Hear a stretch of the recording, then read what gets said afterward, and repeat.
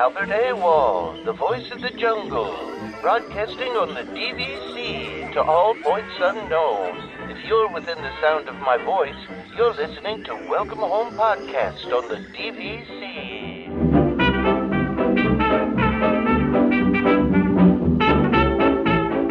Hello and welcome home. Thank you for joining us on episode 167 of Welcome Home, a Disney Parks and Vacation Club podcast. I'm Tom. I'm here with Trevor. No, not Trevor. No, you're not. David. Look at this. It's a sad day and a good day all in one. I mean, we've traded Trevor. We've traded Trevor out. It is the free agency period of the NFL. We have traded Trevor this week. And interestingly enough, it's our most requested guest that we traded him for. Most requested by you or by the listeners? No, by everybody. By the masses. Yeah, Damon has been asking to have Ziggy back on the show for, I don't know, months? I feel like a year. It's been like a year, yeah. Yeah. So we don't have Trevor. Trevor actually might join us later. He had something come up last minute. But he's not here with us now, but hopefully will join us later. But we do have Ziggy with us. And Ziggy, it's been a while, man. We're happy to have you back. Hey guys, how you doing? I'm glad to know that I'm the number one requested guest. I guess that makes me feel special. Absolutely. Yeah, and for those that don't know, those that are new listeners, Ziggy has a website called ZiggyKnowsDisney.com. You can check that out. But Ziggy, tell for the new listeners, since it's been a while, tell us about your background and everything Disney oriented and your website, anything you want to tell us. Sure. Yeah. I mean, nothing special about my background. Just been going to Disney since I was born, basically, and started up a website of, I don't know, about 7 years ago now. Mostly just on planning stuff. So for people that are either going to Disney World for the first time or for people that have been many times, some different tips, guides. I try to cover all the new stuff that comes out, all the stuff about recently the Genie Plus has been taking up a lot of my hours writing. But yeah, basically anything that can help people to plan their trip, because it's getting more and more confusing, as everybody knows. So anything that I can do to help.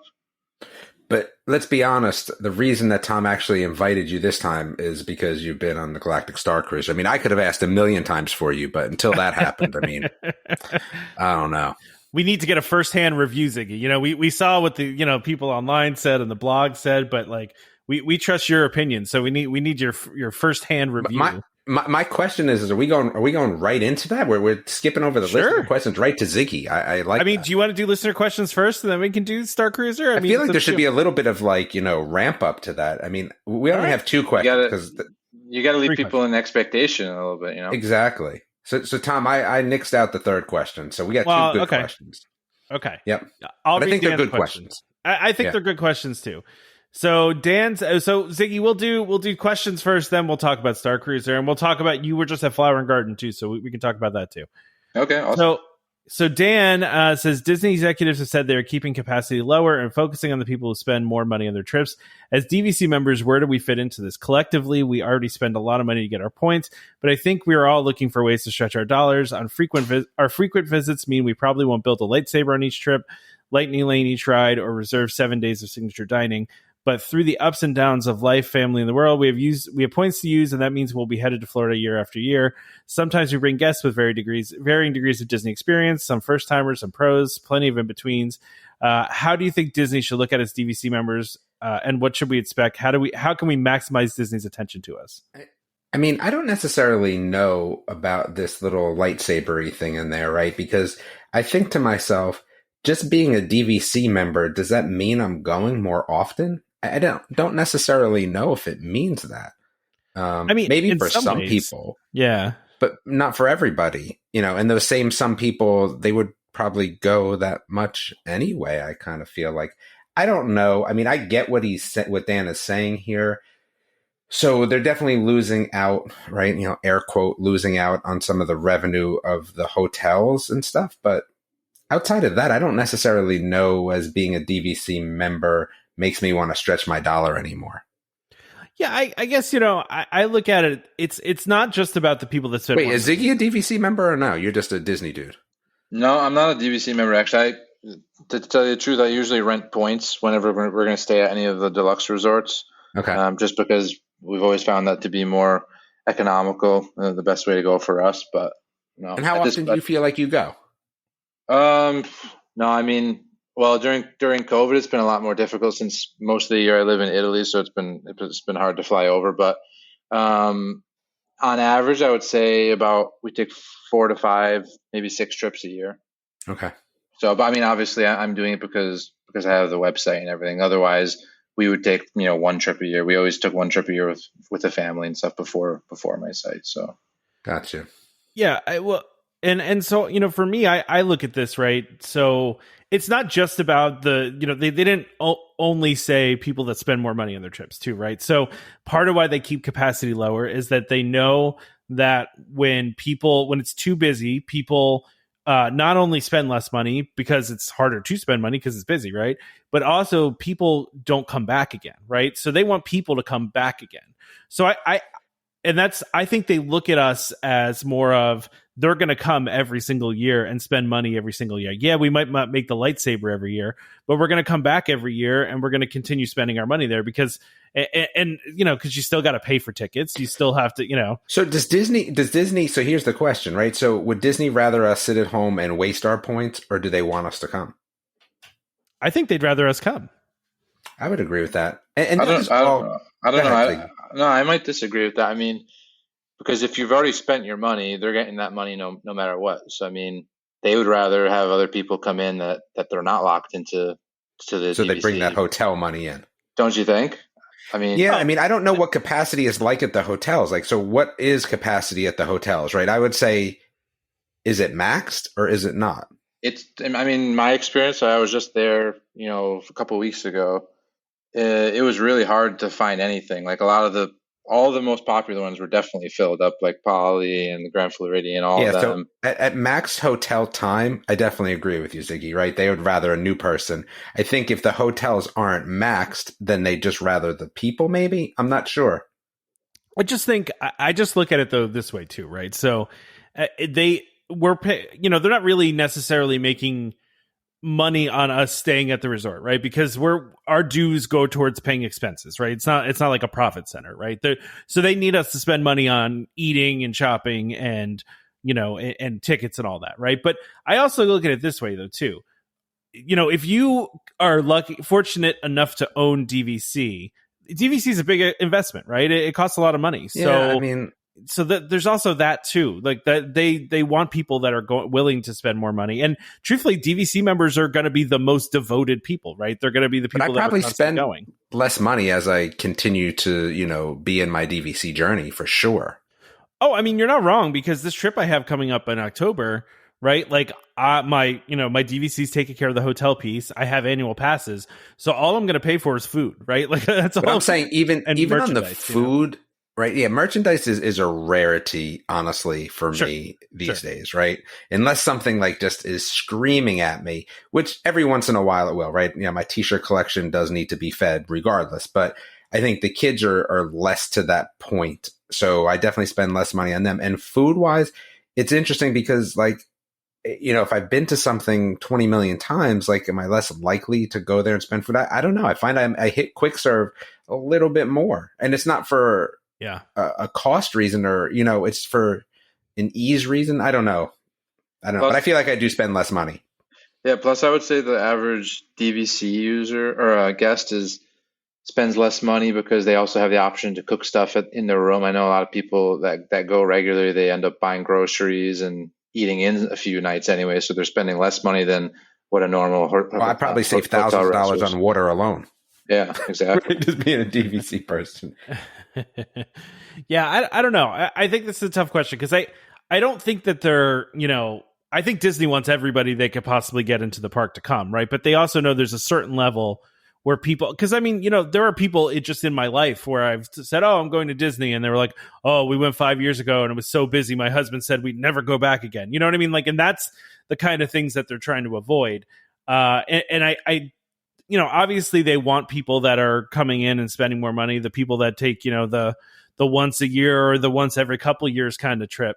But I do think they want all of the above. They still make money on us DVC members. Well, it leads to an interesting thought, right? The socioeconomic part of this, right? Kind of you said. So if I'm saving for 5 years to go to a trip at Disney, do I spend more or less than if I didn't need to save that because I'm a DVC member and I have more disposable income? I don't know. But like Ziggy said, they're still getting that hotel cost in there. And it's tough to outweigh the hotel cost with food and merchandise, right? Like that's the problem. Sure. Yeah, it almost makes me think of like winning the lottery, right? Like when you can get the lump sum or you can get the annuity every year, right? Like I feel like DVC members are the annuity, right? We're coming every year, but we're spending less. But every year we're there and we're still spending money. And even though we're coming, you know, it's not like Disney though isn't ever full. Right? I think that was Ziggy's point a little bit, right? It's not like Disney's ever not full. So if you're going to be full, right? If your capacity is X, you always want the people spending more. Yeah, of course. I don't know. Yeah, exactly. You want the guests that are going to max out. If you can only have, X amount of people, you definitely want the ones that are going to spend more, right? Yeah, but you kind of see what I'm saying, Ziggy? Like, if you're saving so much to get to Disney, are those people spending more than people that are DVC that, in theory, right, we're making an assumption, may have some more disposable income? I don't know the answer to that. But it would still have to outweigh the hotel costs unless you're going to fill them up anyway. So, yeah, I think we'd have to see like true, honest to goodness Disney hotel numbers to really make that decision. But I get what Dan was saying. Yeah, I do. But I like capacity being lower. I wish capacity was even lower. I wish it was more expensive and capacity was half. Yeah. I mean, yeah, I understand that too. But I mean, I also tend to think, right, that they wouldn't keep building DVC. Wait, I saw Trevor. I think Trevor might be showing up. I think he's coming. Dun, dun, dun, dun. Yeah, he popped into the rundown. Let's see if he pops into the room. But they wouldn't keep building DVC rooms if they didn't want DVC guests, right? Like, so, and they are, right? They keep building DVC rooms. So they obviously still want DVC guests, right? That's true. Like, I feel like if they were just like, oh, yeah, DVC is not good, like, they would just stop selling, they would stop making DVC rooms. I mean, they would just leave it how it is. Yeah, so it must make sense from a business standpoint. It must. All right, so let's finish that one up. Here's Trevor, and Trevor can jump in on the new stuff then. There you go. Welcome, Trevor. How are you? Hello. Do we have? There he is. There he is. All right. How you doing, Trevor? Hey, Ziggy. So this is actually great for me. Trevor coming in as like, that tag team person. So now I know I don't have to stay the whole episode. I felt very terrible if there was no Trevor. I was like, man, I really got to stay this whole episode. I can't, can't do that to those guys. But now I feel way better. When Trevor said that he might not be able to make it, I was like, uh-oh. Now I got to slog through this with Damon, and he's going to have to talk about stuff he doesn't want to talk about. Yeah. but it's good. It's good now. All right. So the next question is from Francisco. Takes priority. No, understood. Go ahead. Let's see. Go ahead. So Disney seems to be redirecting their efforts into expanding current DVC resorts, purchasing and reselling contracts rather than creating new ones. We currently have 3 DVC expansion projects with the Grand Floridian conversion, Disneyland Tower, and now the Polynesian looks like a Marriott expansion. How do you propose these changes will affect DVC future, and does this have any connection with Riviera's resale restriction debate? The last part is an interesting discussion, right? Because if they all fall under the same, right, condo situation, then they can't do anything about that resale restriction. Yep. But why would Disney be invested in that? It seems the other way around is way better for them. Well, I actually don't.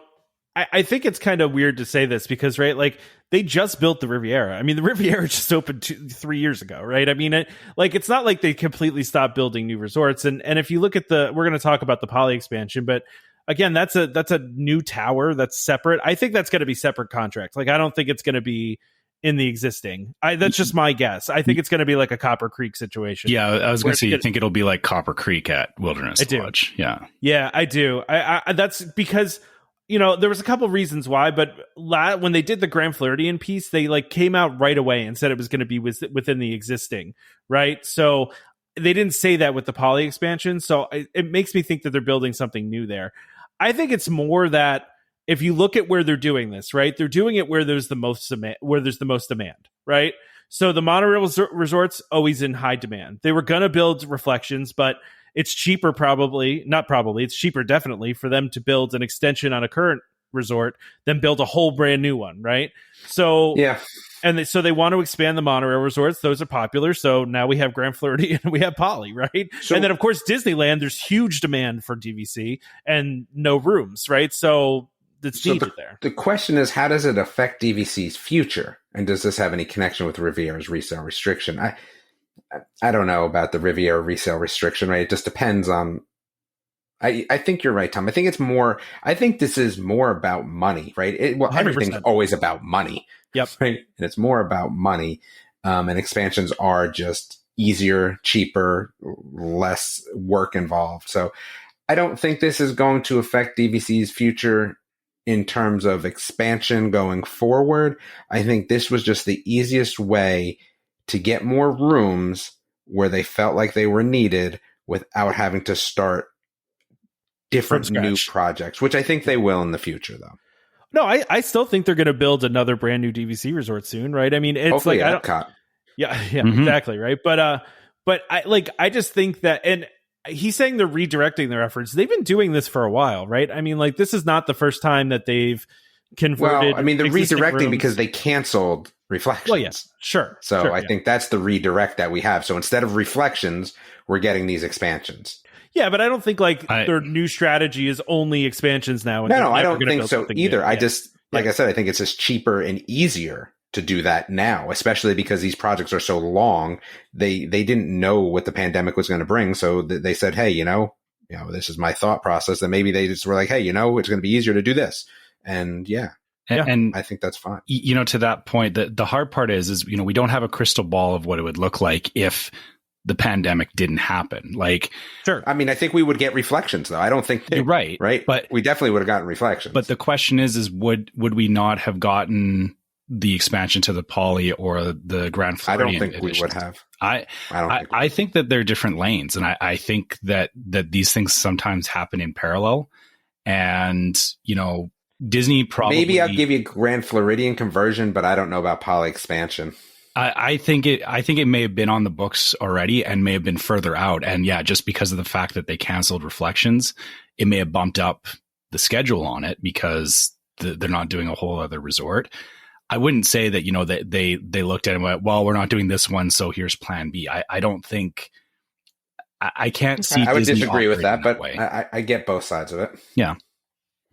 Well, because we don't know that Reflections is fully canceled, right? Like we know it's on pause, at least, like they're not doing anything. Like it could still be there. I mean, but I also think, and we're not, I guess we're kind of getting into this topic now. I think the Poly expansion fills a need, right? It fills a need. Oh, it absolutely. Because first of all, Poly's very popular, right? Secondly, monorail resorts in general very popular. But third, Poly only has studios, right? So they needed some other room types there. What's that? Which is terrible. For Damon, it's terrible. I think it's perfect, but no, what, just the studios? Yeah. I'm happy with studios. Regular Poly's fine. So, even if they separate this new resort and it's a separate resort, I really don't care. All right. Yeah, I think we're boring Ziggy though. So we got to get to Ziggy stuff now. Ziggy turned it to me. No, I like learning. I like learning about the DVC. That's awesome. and I mean, just if I can weigh in what you guys are saying about the Reflections project. Yeah, I mean, obviously, I think since the original plan was to build that one, that obviously is pushed way off to the back burner. I think also that they kind of improvised. Maybe they were always going to do an expansion at Grand Floridian, and maybe they were always going to do one here at the Poly too. But obviously, I think they're going to do those and then wait and see what happens. Obviously, when there's a further demand, the Reflections project will probably get resurrected in some form. Maybe 5 years, 10 years down the line. I don't know how far, but hopefully it's Epcot Reflections. That would be really with Ellen theming. We'd be all right. With Ellen theming. Can we make a haunted Reflection shirt, or is that inappropriate? Sure. Oh my gosh, haunted Reflections! Look at that. Just double down on the. I'm listen. I know we have to get to Ziggy's Galactic Starcruiser, but I just really have to go on record here to say that Aristocrate's closing is so disheartening to me. Like, oh really? I'm so bent out of shape about that. Okay, well, we'll talk about that. We'll talk about that later. Yeah, I couldn't stop myself. Just, you know, I just actually in case didn't think you were going to care about that at all. Oh, I love Aristocrapes. Like, we'd always go there. That's like a family spot. So I'm very disappointed. I mean, I'm happy at what it's turning into, but I'm disappointed by it.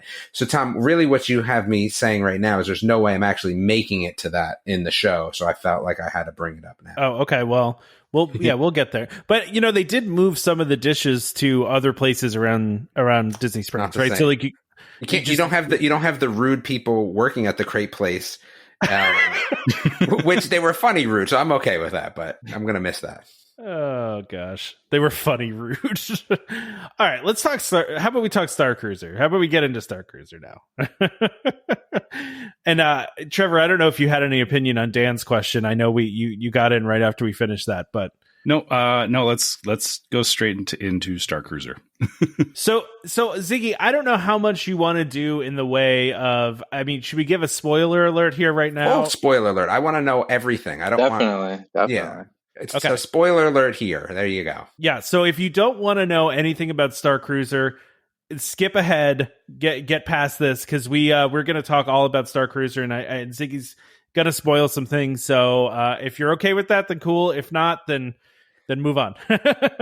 Go ahead. So Ziggy, tell us like all about the experience. I mean, like maybe you just give us a walkthrough of everything, and then Damon can ask you the million questions that he has in his head, or we can just ask as we go along. No, I'm just going to interrupt Ziggy as much as possible. Okay, that works too. You want me to kind of give you the rundown, like from when I arrived, and then yeah. No, I want to get the rundown from paying first, but before you even do that, for the people that don't want to hear about the spoilers, like, is it a thumbs up or thumbs down, just like straight from the get go? I absolutely loved it. Okay, to be honest, now we can go spoilery. Everyone that wanted to know, Ziggy loved it. There we go. Ziggy, if you had to give it a rating out of 10, what would it be? Factoring in the price and everything too. No price factor. Just straight up experience. Yeah. I mean, it's at least a 9. I would say. Wow. I can't believe this. It's this is where me and Ziggy are just going to have issues. I can't believe that. So now, let me start off just by saying that with all the negativity of people online leading up to the opening for months and months, I too was like very skeptical about it. And I mean, I'm a huge Star Wars fan. So the idea of when they first announced it, I was really, really excited about it because I'm a huge Star Wars fan. Then as they started revealing some stuff, I too kind of was like, that looks a little bit cheesy. Like, is it really going to be that good? And I kind of bought in, sad to say, to a lot of the negativity online. So I went into it not like super hyped and not thinking that it was going to be really, really amazing. I was looking for ways for it to disappoint me, to be honest. Ziggy, who did you actually go with? I went with my brother-in-law, Dan. Yeah. So it was just the two of you. It was just the two of us. Yeah. So I tried when the reservations went online, the day they went online, I tried to get reservations. I couldn't get them. And I don't know, the phone wasn't working. And there, as you know, Disney's reservation system for everything is absolutely terrible. So as no surprise, I wasn't able to get through. Luckily, my travel agent that I work with on my website, show you the world travel. Her name is Renee. She was amazing because she stayed on the phone for 7 hours until we could get reservations. So she did it all for me, and she was able to book me on the very first voyage or whatever. So that's dedication right there. It was, yeah. She's amazing. So that's the only reason I was able to get onto that one. But yeah, I mean, I wasn't included in the media preview events or anything like that. So it was all paid out of pocket. Unfortunately, my wife was not happy about that when I told her how much it was going to be. And, you know, I can always use the excuse that I have to do something because it's, you know, for work, for the site. But it was I was no shocked. Kids. I think that was the big thing, right? So just two adults going. Two adults, yeah. Both. And is your brother-in-law a Star Wars fan as well, or no? Yeah, he is also. Yeah, okay. He's big into Star Wars, all the shows, all the movies and everything. Yeah. So okay, I mean, you want me just to tell you how everything was when we got there? Yeah, please. So basically, you pull up, and it's like you're pulling up to a port, like you're going in at the airport. How are you dressed right now? No, so this is the thing. We were really, really out of place because the second we pulled up, we could see that about 90% of the people were dressed in full like cosplay. I mean, Jedis and I like Siths that. and robes and everything. And so we looked at each other and we were just in normal t-shirts and shorts. You're those people ruining it. Okay, I get it. Exactly. Damon's big beef with Starcruiser is he wants costumes to be required. Mandatory. Mandatory. I mean, he's not wrong, because it did really make the atmosphere seeing everybody decked out in their Star Wars gear. That is one of the things that really made it cool. And we felt really bad. We were like, should we turn around and go home right now, because we just don't fit in, it feels like. But it did make it the experience for sure, seeing that everybody was so into it. So yeah, it was a little bit clumsy at the very beginning, probably because it was the very first time. But basically, you arrive there and there's cast members or crew members that are waiting, and they check you in. So they give you right away a special magic band for the Starcruiser. They get you all set up. You can give them your baggage, and then they'll send it up to your room right away, so you don't have to worry about any of your bags right from the time you get out of the car. We weren't parking because we had somebody drop us off. But if you are parking, that the parking is included. I believe they do a valet parking right there. Otherwise, if you're coming from another resort, you can take the bus. You can go over to Disney Springs and then take the bus over from Disney Springs. So the way it starts out basically is you walk through the security check, just like you were going to the airport and you're going to be going on a flight. Wait, now, so these security people, though, are Star Wars'd out or just regular Disney'd out? No, they just were regular. Yeah, they weren't dressed or anything. I'm already disappointed. Go ahead. But you're still in the port, Damon. You're not. I don't care. Yet. You're in port care. here. You're on Terra. You're on Terra, as they That's say. right. So, but all the crew members that are checking you in are the ones that are later up on the Starcruiser, so they're in their Starcruiser outfits or whatever. So you go through security, and then you go into a long hallway, and then you end up in a room where they have a video, and they give a video explanation of like what your journey is going to be. So for anybody that doesn't know, it's basically like a cruise in space. So set in the Star Wars universe. So the name of the ship is the Halcyon, and it's basically a famous ship in Star Wars lore. I think it's been around for 200 or 300 years, and so this is now it's going to sound really bad. I think it's 200. So it's like the 200th anniversary of the Halcyon, and it has a long history. Like there's even mentions of it in some of the Star Wars comics and everything, like where I think Chewbacca and Anakin and Amidala, they were on there at one time. They had a mission, and various characters from the Star Wars universe had been on it. And so they put you in an elevator that's very much like the one at Space 220. Have you guys been to Space 220 yet? Yeah, so I actually did it my last trip. Go ahead. Sorry, Trevor, Damon. Okay. No, I have not. Okay, so which is also an awesome experience that I really loved. Yeah. So the elevator is a bit smaller than the one at Space 220, but it's the same idea. So there's windows at the top that look into space. So it shakes as you're taking off, like you're in a getting shot up into space, and then you get closer and closer to the Halcyon ship, and you see it in the windows as you're arriving, and then it docks onto the ship. And so when the doors open, now you're in the atrium, the main area of the Starcruiser. So our first impressions, I mean, when we walked in there, the space was really, really cool. The atrium was open, very bright, very modern, Star Wars-ish looking, lots of white. There's some cool artifacts in there to look at. There's a model of the ship. There's the compass. There's like a space compass that they used, and so you can check that out. And there's a lot of spaces off the atrium, like the lounge, gift shop, and there's actually an area in the atrium on the second level that guests cannot go to, but it's a big balcony that overlooks the whole atrium, where a lot of the show scenes take place, because a lot of the characters that are on the Starcruiser, they eventually go up there and they either make announcements from there, and then they have scenes. I mean, it's basically like being in a big play the whole time, a role playing play that you take part of, that you take part in.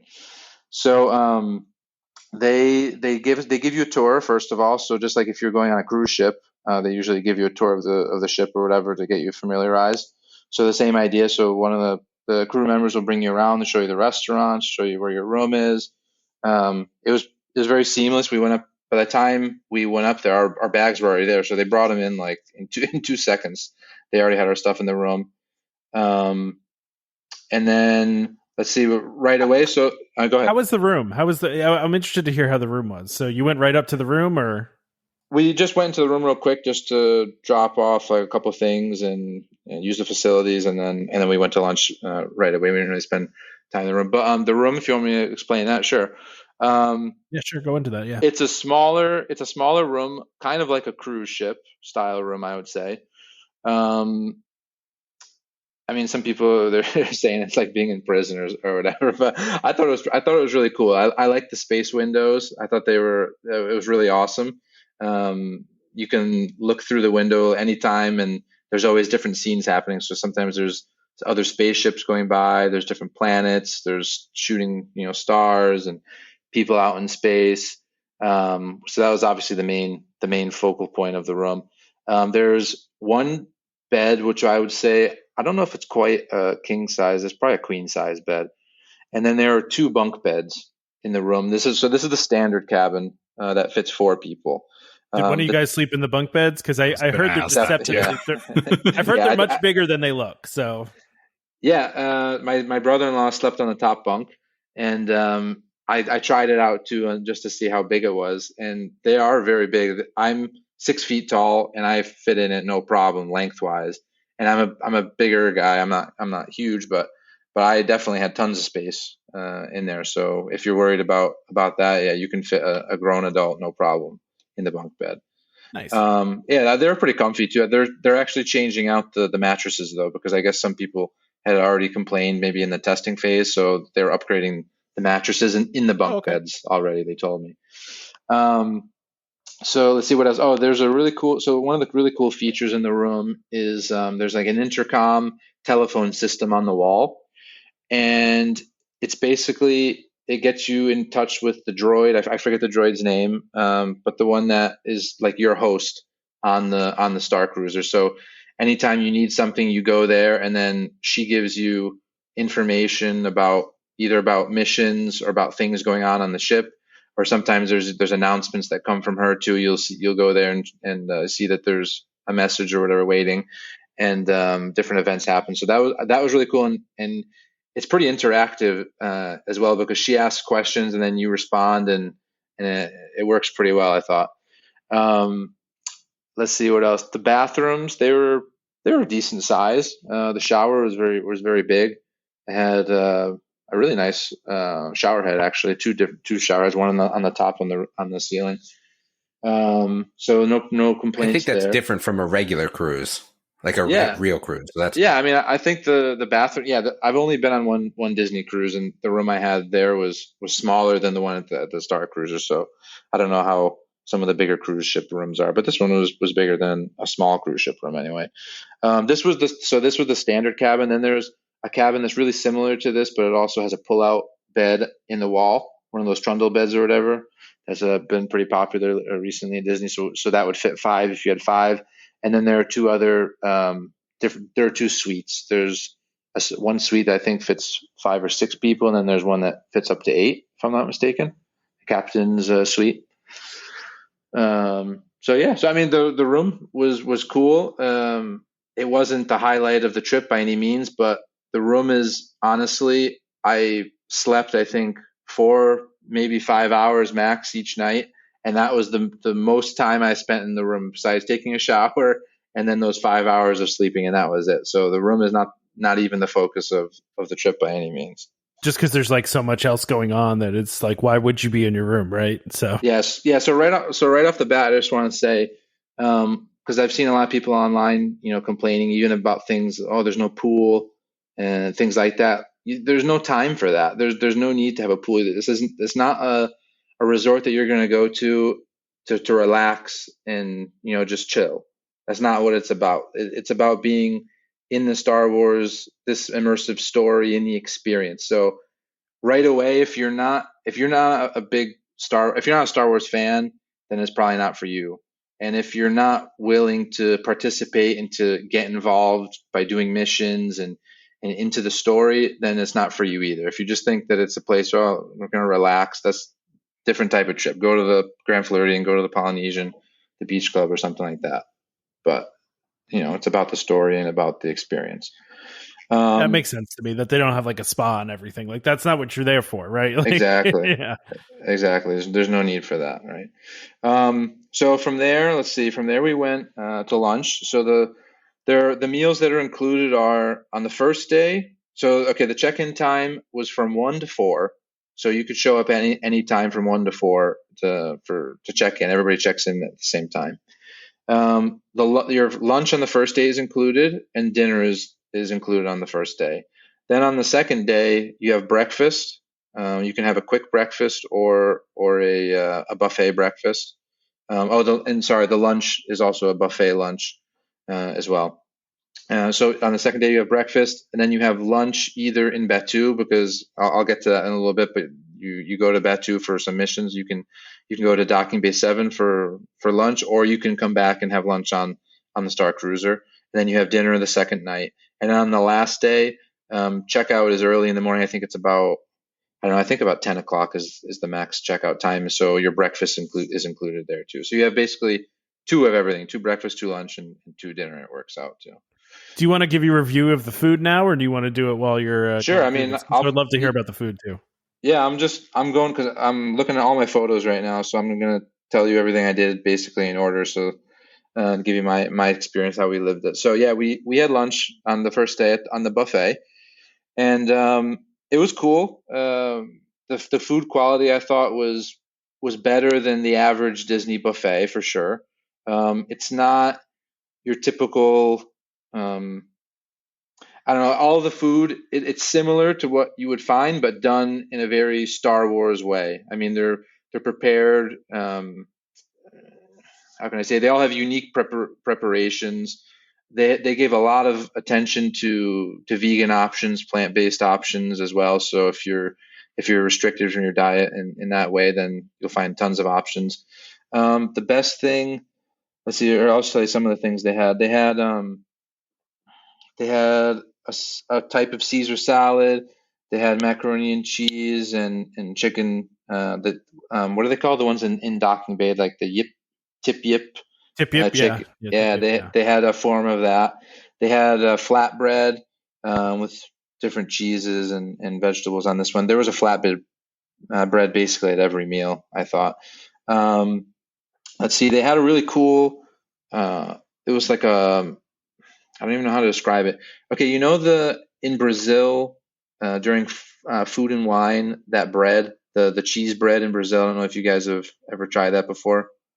Well, anyway, the Brazilian cheese bread that they have at Food and Wine. Exactly, it's really really dense. Nice. Yeah, no, it's not that, but it basically similar. Yeah, it's like a bubble waffle, but the consistency is the same of that cheese bread in Brazil, but it's just very nice. very very thin, and it comes with like a creamy tomato soup that you can dunk in it. They had some crusted salmon. I mean, they had a good amount of options. I would say each meal had about, I don't know, 20 options for different plates. And the way they do it, so it's they already come in individual portion sizes, and on your tray there are 3 rectangular spots on your plate where you can put different things in. So the individual portions come on either rectangular plates or square plates. So you can either fit 3 big plates onto your tray or 6 little ones, or any combination of the 2. And then, of course, if you want more, you just get up and get more stuff. Also, the desserts, they had little individual desserts. They had a lot of cookies that were pretty tasty. They had a lot of things with mousse, just all prepared. I mean, without seeing the pictures, hard to describe on a podcast, but without seeing them, they were all done. But like Star Warsy, or did you feel like it was regular food? No, I thought most of the food was done pretty well. Star Warsy, definitely. Okay. It's very very similar to like how the preparation is at a place like Docking Bay 7. So very similar. There was one that was really good. It was like this almost like a cream puff, but it wasn't a cream. It wasn't filled with cream. It was filled with peanut butter and jelly, and I thought that was really good. So yeah, basically that was lunch, and then after that, I mean, they do there's a mandatory event that everybody gets together in the atrium, and so I would say I think they said on our cruise there was about 300 guests on board. I would think the max is probably, I don't know, not more than 400. I couldn't imagine. There's 100 guest rooms in the entire hotel. But for certain events, you're gathered in the atrium with everybody when they're making announcements or when there's a show going on. And it was pretty packed in there, I would say, with 300 people. So like, how do you like end up there? Like, do they like tell you to go to like everybody get to the atrium? Like, yeah, that's a good point. So basically, different than a regular resort experience, everything is done on the data pad, what they call it. And so there's an app on your phone that you can use. But what ends up happening is when you get there, they give you a bag that has 2 iPhones in it, and so they're like blank iPhones with nothing else but the app, the Disney Play app. That has all the stuff for the Star Wars experience in there. So you log in with your My Disney Experience account, and it's connected to your reservation. And so you look on that for the itinerary throughout the whole time you're on the your voyage or whatever. So in there it says, okay, day 1, and then the time 1 o'clock, and it has the hours for lunch, and then it'll say from 4 to 4:30. There's this event, and from 4:30 to 5, there's this event. And so all of them are pretty much optional. So you can choose which ones you want to go to. If there's something you don't want to attend, you're not obligated to do it.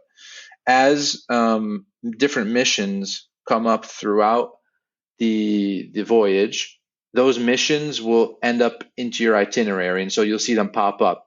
So some of the characters will tell you have to go to this room and talk to this person, or you have to go scan these codes and find out what's in this secret box and report back to me. And so those will pop up on your itinerary and tell you where to go. If you do them, then you'll get other ones that continue to pop up throughout the time. If you don't do them, then they'll just sit there and you'll have the next things that come down the line. But the more stuff you do, the more your itinerary fills up with events. And I'm assuming you guys went all out, right?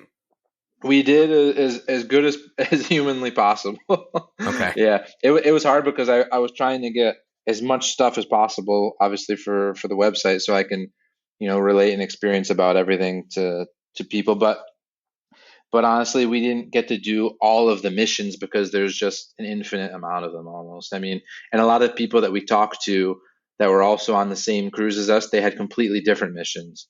So depending on, it's set up basically where you could go towards the light side and help out the resistance, or you could go towards the dark and help the First Order, or you can kind of play both sides and be in the middle somewhere. And so every decision that you make by doing these missions or not doing them, it'll give you other ones. And so I was very, very impressed with how Disney was able to manage all of these activities and all of the events and not have them overlap with the other guests. Like it was very, especially for being the very first voyage, I thought it was really, really organized, and they did an awesome job. Like it seemed like in every place there was always the right amount of people. You know what I mean? Because if you ended up with 50 people in a really small room, it would have been chaotic and not worked. But it always ended up being like we were in a group of 10 or 15 people, and what was going on around us was right. And then we could see off in the distance a different group doing something completely different, a lot of times working against us in what we were trying to do, which was really cool. So which side did you go? Which side did you go on, Ziggy? Which one did you go for? Dark side. We help the resistance. I mean, we're good guys over here. Thank you. We're not shady. We don't do the underhanded stuff. So we try to keep it on the up and up, and we help the resistance. You chose yeah. So basically, from the first thing that happened was there was an event. They call it the muster, and it was the captain and the. Oh man, I forget what she was called. The captain was there giving like her opening speech for it's the for cruise the director, right? There you go. There you go. You were there. No, I've watched some of the videos, so I got a little Exactly. bit of the gist. Yeah.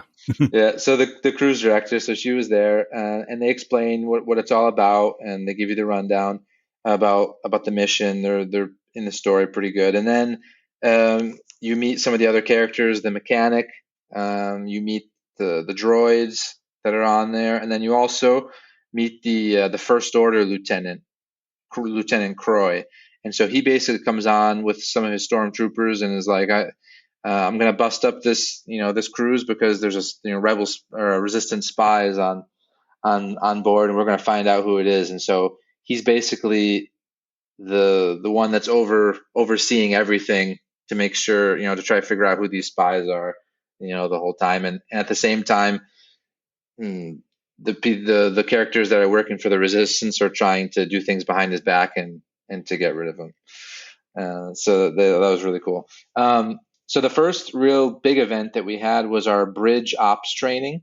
And so I'm sure you guys have seen videos of this either before or after.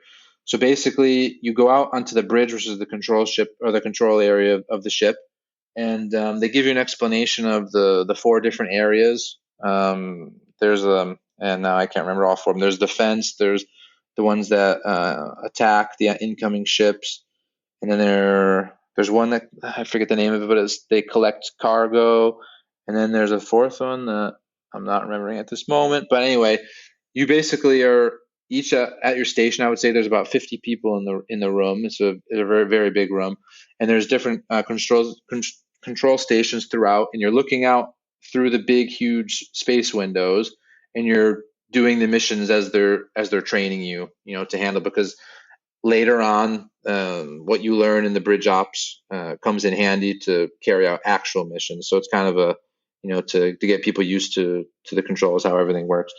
I thought it was a lot cooler than it looked like on the video. And I thought it looked kind of cheesy before going, but it was actually pretty fun. And you're playing video games basically, but it was very well done. I thought how I think Damon has called it Space Invaders previously.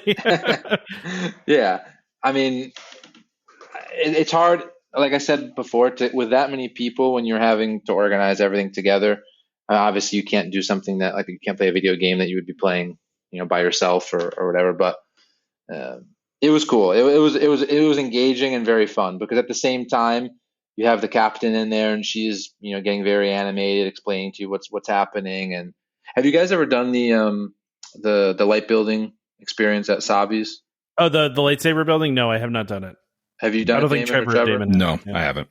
Oh, okay. Well, because I was going to say, it's basically, for anybody who has done that, it's hard to explain if you haven't done it, but it really puts you into the story again of being there. That the people that do the lightsaber building, or the cast members, are really, really good at involving you and selling it to you. And so this basically was 2 days of that straight. So not just 15 or 20 minutes, but that. So all of the characters were awesome. They were very, very engaging. They got really into it. There wasn't one moment where they were getting out of character or anything. So, yeah. So that was awesome. Definitely one of the highlights. Did you you felt like they? Because I know, and I know Damon was saying before that he felt like watching some of the videos that maybe the actors weren't very good, but did you feel like they acted well? I mean, do you feel like it was like you were watching an improv class, or like?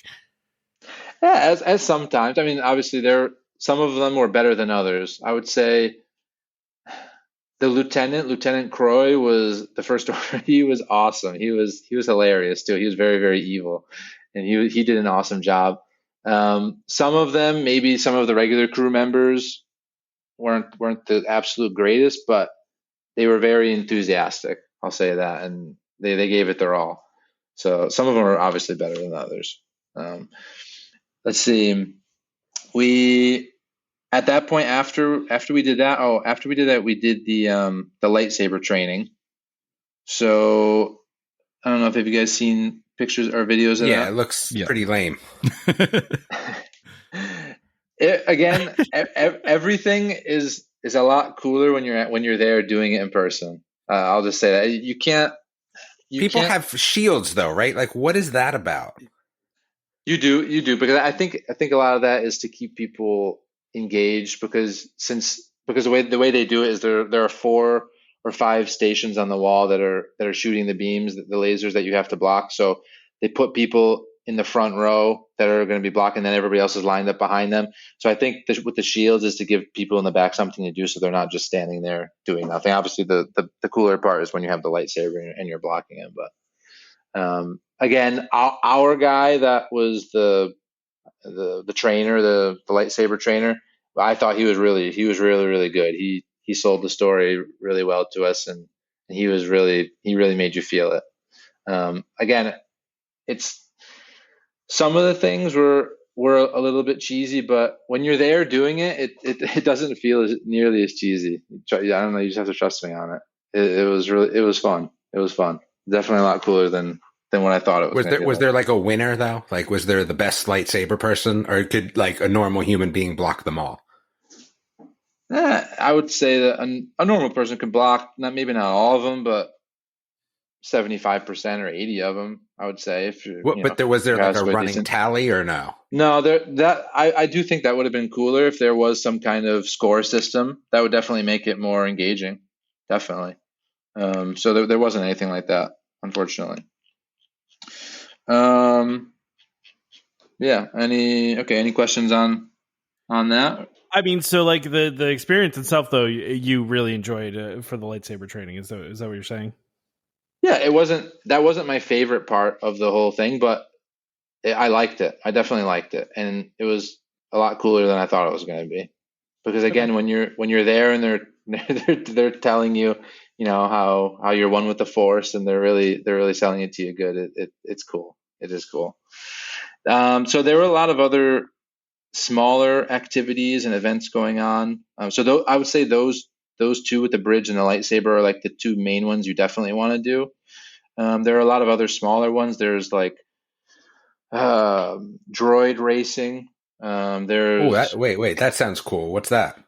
Well, I mean, it's basically there's winners, right? There is. See, that's why that's cool. David needs to have a winner and a loser. You can't just do something for fun, right? Yeah. No. Well, I agree with that for the most part. I do agree. That's why I always give my wife a hard time and my friends here in Italy, because obviously in Italy soccer is the number one sport. But to me, I just hate how it ends sometimes in a tie, and then you just go home and there's no winner. And so I understand what Damon is talking about. But so I know you didn't do the droid racing, but were there prizes or anything like that? Was there anything you could do where you got something? I don't think so. No. Okay. No. Where you win something? No, I don't think so. Yeah. There was the droid racing is basically the droids from the droid depot. That you race around. They put up like columns, but it's mostly for kids. I mean, I'm doing that. If I go, I'm doing that. Okay. I'm just going to start pushing little kids out of the way. I'm droid racing. One of the things they had was they had like a bingo, something basically like Star Wars bingo. So where you have to find different. They call out the numbers, and you're looking for different planets. They have basically a catwalk for Star Wars, like for people that are dressed up in their cosplay that can walk down and everybody watches them, and it's kind of like a runway show or whatever for them to show off their outfits. Let's see, what are some of the there's dancing. There was dance lessons. So I mean, very very cruise like. If you've been on a lot of cruise, a lot of the things were what you would find on a cruise. How was the dinner show? Okay, how was like that whole thing? Because I heard there's a lot of cool stuff that happens during dinner. Definitely, yeah. The dinner again was a lot better than what I thought it was going to be too. The meal itself was very good. There's 3 different courses, and everything was as much as you want. You can get more too. So if you're not going to need to, because they give you a lot of food already with the courses. But we ordered extra stuff. We ordered off the kids menu too, even though we didn't have any kids with us, just to see what everything was like, and no problem doing that. The food quality was better than the lunch, but again, focused on doing the food in interesting Star Wars way. So, what are those? Oh dang! What are those? The really popular? Oh, the bao buns, the ones that at Satuli Canteen. Oh yeah, You yeah. get, they have a version of that Star Wars with 3 different ones that they bring out. They have let's see, they have other bowls the first night with. I'm looking at the picture right now. It looks like something that would be similar to General Tso's chicken. They have one with shrimp and a butter sauce. They have different vegetables, rice. Then they have a beef tenderloin with mashed potatoes, basically, again, all done kind of in a Star Wars way. Then, at a certain point in the show, or in the dinner, at about halfway through, the entertainment comes out. So Gaia, who I'm sure you've seen, is the galactic, superstar. She's the version of whoever is really popular nowadays, because I don't keep in touch with modern music. But so she comes in onto the ship, and actually, the way she got into the ship was my group helped her, because that was one of our things we did in the bridge training ops.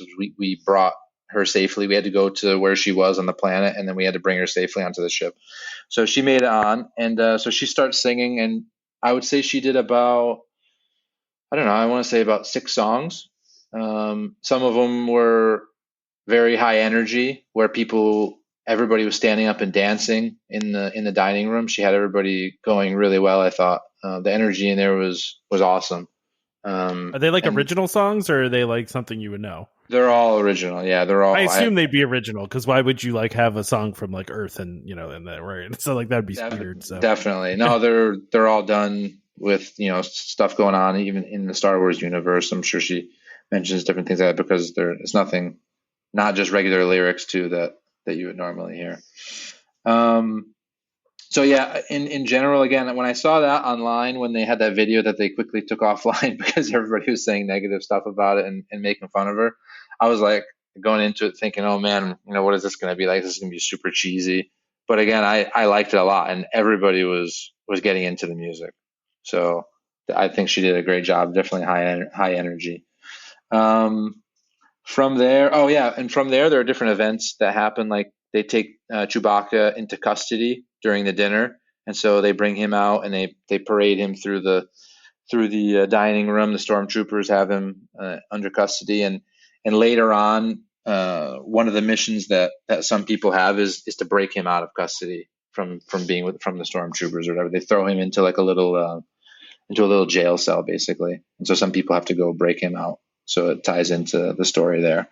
Let's see. From there, at this point, I was pretty wiped out, and after there's a show after dinner back in the atrium, and then we were wiped. So that was the end of the night, and so the only one thing I'll say as a complaint was that for people that do want to do more stuff after dinner, because I think so dinner is done in two turns. So ours was the 8 o'clock. There's an earlier one. I think it was 5:30 or 6. And then ours was the 8 o'clock. So 8 to 9:30. And then after 9:30, like I said, there was a brief show up until 10 o'clock in the atrium. And then that was basically it. So you could still go in the lounge, which I haven't mentioned yet, but off the atrium, there's a bar. So it's a similar idea to Oga's Cantina, but a lot smaller and not done in the Oga's Cantina is, how can you describe it? It's more in the Tatooine style. This is way more elegant, way more upscale. More Coruscant. Yeah, more Coruscant. And that was really good too. The theming in there was really cool. The drinks were just as good as Oga's Cantina drinks, maybe better. Some of them I really, really liked. And so anyway, after dinner and stuff, you could go in there, and I believe it was open until midnight or until 1. But if you wanted to keep doing missions and things like that, there wasn't anything to do. So that was one complaint that I would say. But for me, it was fine because I was beat anyway. So yeah, that was basically the first day. The second day, so what happens is everybody gets scheduled a transport mission to Batuu over in Galaxy's Edge. So ours was scheduled, I think, about 8:30 or 9. So they walk you over to the loading dock, They put you on a transport, which I'm sure you guys know is basically a box truck. but But you didn't know it was a box truck, right? No, you would never know. That was another thing. Everybody was really making fun of that online and stuff. But when you're in there, you don't see it's a box truck, and the inside is done up really, really well. So it's definitely Star Wars looking, and you feel like you're in the story. I didn't think it broke the story at all. It would, obviously, I was hoping before the plans were completely announced that there would be some kind of, I don't know, cool passageway over to Galaxy's Edge, some kind of futuristic tunnel or something, which would have been cool. But obviously, we know that would have been way more expensive, and they weren't going to do something like that. So, but it was still cool. When you get to Galaxy's Edge, so they give you a pin that you put on your shirt, and it identifies you as being on the Galactic Starcruiser. And so the cast members in Galaxy's Edge also interact with you in a different way, knowing that you're on there and you're part of doing missions and stuff. So one of our missions was to go to Oga's Cantina and get some information, descramble some codes, and the host at the front door where they take your name was the one that we had to talk to give us the information. They send you around different areas in Batuu where there are crates with barcodes on them that you scan again with your data pad that they tell you information. So you guys know on Smuggler's Run how you guys have to steal the coaxium for Hondo. Mm-hmm. So now what happens is you're supposed to smuggle some of that back onto the Galactic Starcruiser. And so some of the people we weren't assigned that, but some of the other people that we talked to were assigned that, and it plays into the story later on. You see the coaxium on the Galactic Starcruiser at the very end. And so is the ride different, or is it just fits into the story? No, the ride isn't different. It's the same ride. But again, when you go there, they're telling you like why it's important that you're going there to steal this coaxium. So you get the context of like before and after Smuggler's Run, basically. Exactly. Yeah. Okay.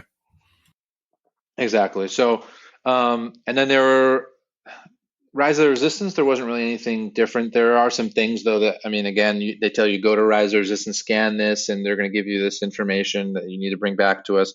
So you do that, but that didn't change the ride either when you do it. One of the pluses is both of the rides you get lightning lanes for, so you don't have to wait in line for either of them. You can walk on, which we didn't have a problem doing.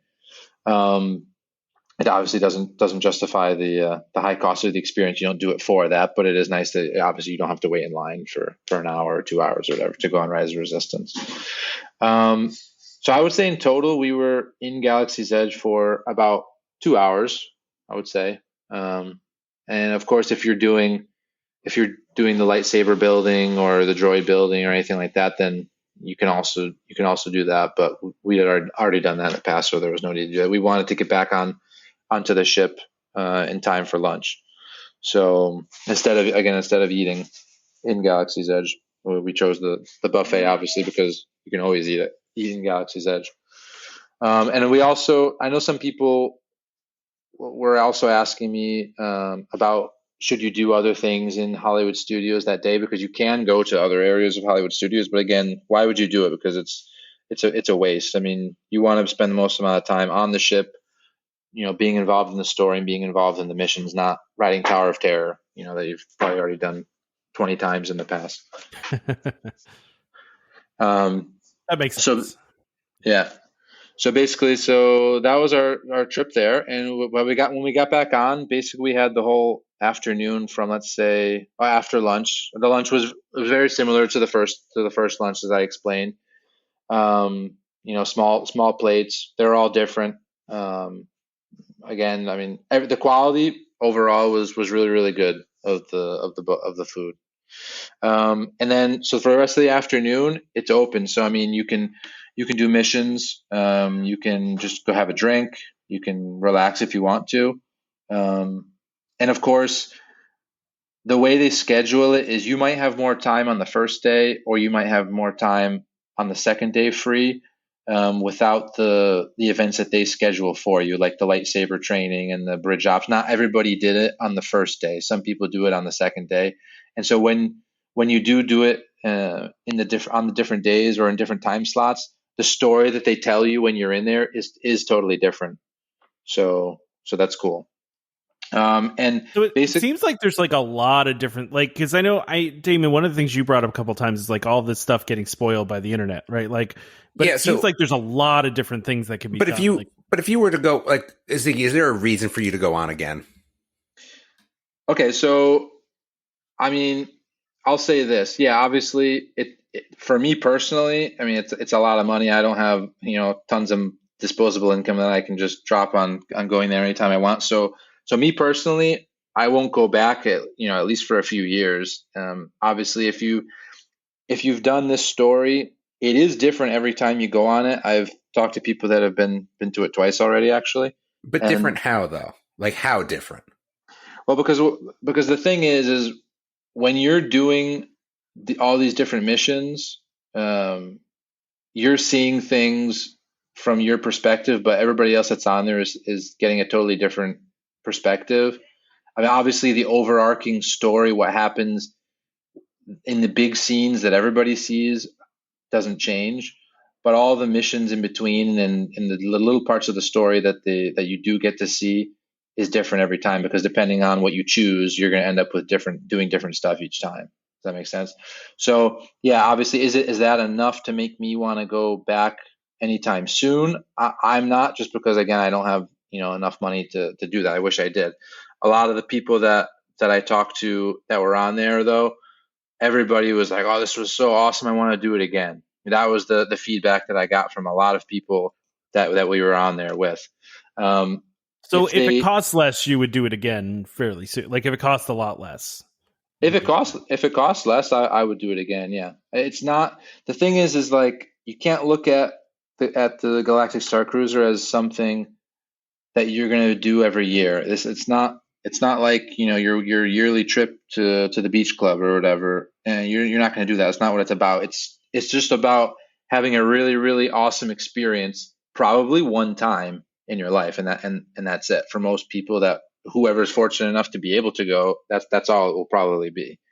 The only thing that would make me want to go again, in the next 5 or 10 years, would be is if they change the story, which I think they easily could do. So if they introduced new characters and they completely changed it, then I would be on board for doing it again. What was the coolest character you thought?